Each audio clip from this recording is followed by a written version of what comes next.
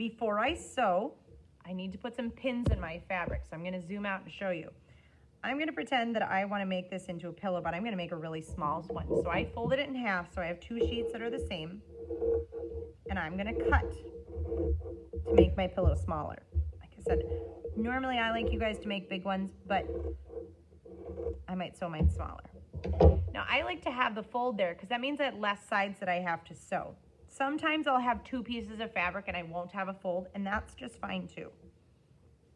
Now when I go to sew, I make sure that my outside or the back of my fabric is facing out. Mine is all orange, so I don't have an inside or an outside, but I want to have it inside out when I start sewing. And then I want to use my pins. With my pin, I'm going to poke down through the fabric and up through the fabric. This is going to hold my fabric in place while I'm sewing. I'm going to do a pin about every 3 inches. So I only have 2 inches on that side, so I only need 1 pin in the middle. I only have about 2 inches on that side, so I'm going to do the same. And then I'm not going to pin this side because I'm going to have to leave that open. Now what I'm going to do is I'm going to take my needle, and sometimes they're tricky to pick up, so I pick them up by the thread then. But I'm going to take my needle and I'm going to start by stitching down. I don't want to be too close to my side. I'm going to stitch down, and then I pull my string all the way through, all the way till I get to my knot, okay? And then I'm going to stitch up. I want to make sure that I stitch really close. The closer my stitches are, and I'll show you how big it is, the closer my stitches are, the stronger my stitches will be.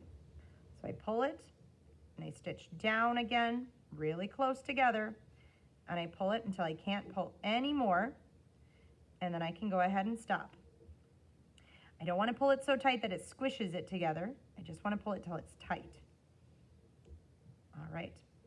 Now, I've done a couple stitches. I'm going to show you my trick that I use. Sometimes I feel like this is kind of slow. So when I sew, sometimes I like to stitch down and then fold it over and stitch back up, stitch down, fold it over, stitch up, and I do that over and over until I have a few stitches that are on my needle. Do you see that? Now with a few stitches on my needle, then I can go ahead and I can pull through, and it will make all my stitches nice and aligned. If I ever get loops like this, just pull it back a little bit. It just meant it got looped somewhere on my string, and I can pull again. If you're really having trouble, you can ask Mrs. Troublehorn and I will help you. But sometimes we just get a knot, and that's okay too.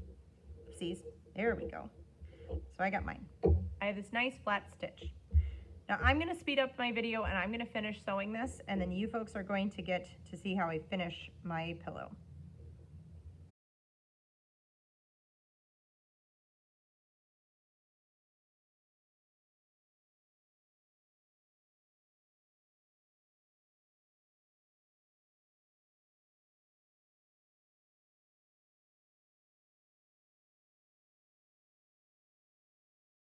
Now when I've stitched all the way around and I have 2 sides done, I'm ready to turn my pillow inside out. So what I'm going to do is I'm going to just start, and I'm going to push my pillow inside out. I'm going to push all those corners out, and this way all my stitches get hidden. I like to have hidden stitches because then it makes it a lot more clean looking. Now normally at this time, now I'd get to fill it full of stuffing. I'd fold my end over, and I get my string attached, but if you need to, you can always get new string. I fold mine over. I'm going to put another pin to hold it in place.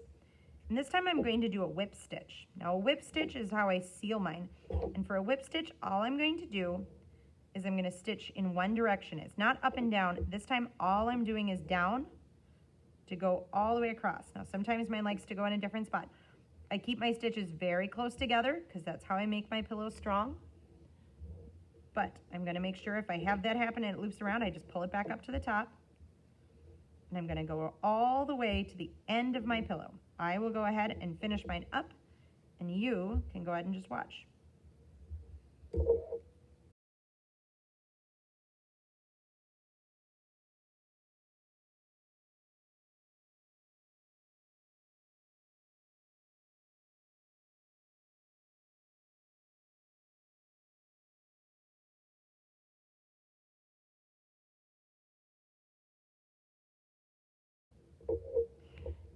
Now, when I get to the point where I'm either at an end, or if I ever only have about 2 inches or about the length of my finger of string left, I need to stop. Now I need to tie a knot with my thread, and here's how I do it. What I'm going to do is I'm going to take my thread, I'm going to hold on to it by my fabric. I take my needle and I'm going to wrap my needle, or wrap the thread around my needle once and twice. Then I'm going to pull my needle through those loops that I just made. Now you see that it made a little loop in the thread? I'm going to push my finger right on top of that loop, and I'm going to keep pulling until it pulls tight. What that did is it made a knot right at the end of my thread. I never want to tie a knot if there's less than 1 finger length of thread. If I don't have at least a finger length of thread, then I need to stop what I'm doing, and I need to come up and see Mrs. Treblehorn so she can fix it. But always leave a finger length so that you can tie a knot. Once you tie a knot, you cut off after the knot, and then I'm all done. This would be my little pillow, hopefully all stuffed and ready to keep. There are other types of thread that I can use as well. Instead of using thread, I could use yarn. And for yarn, I need one of these big yarn needles. These are in the cabinet, not with Mrs. Treblehorn. Or I might get embroidery floss, and if I use embroidery floss, I need an embroidery needle that I get from Mrs. Treblehorn.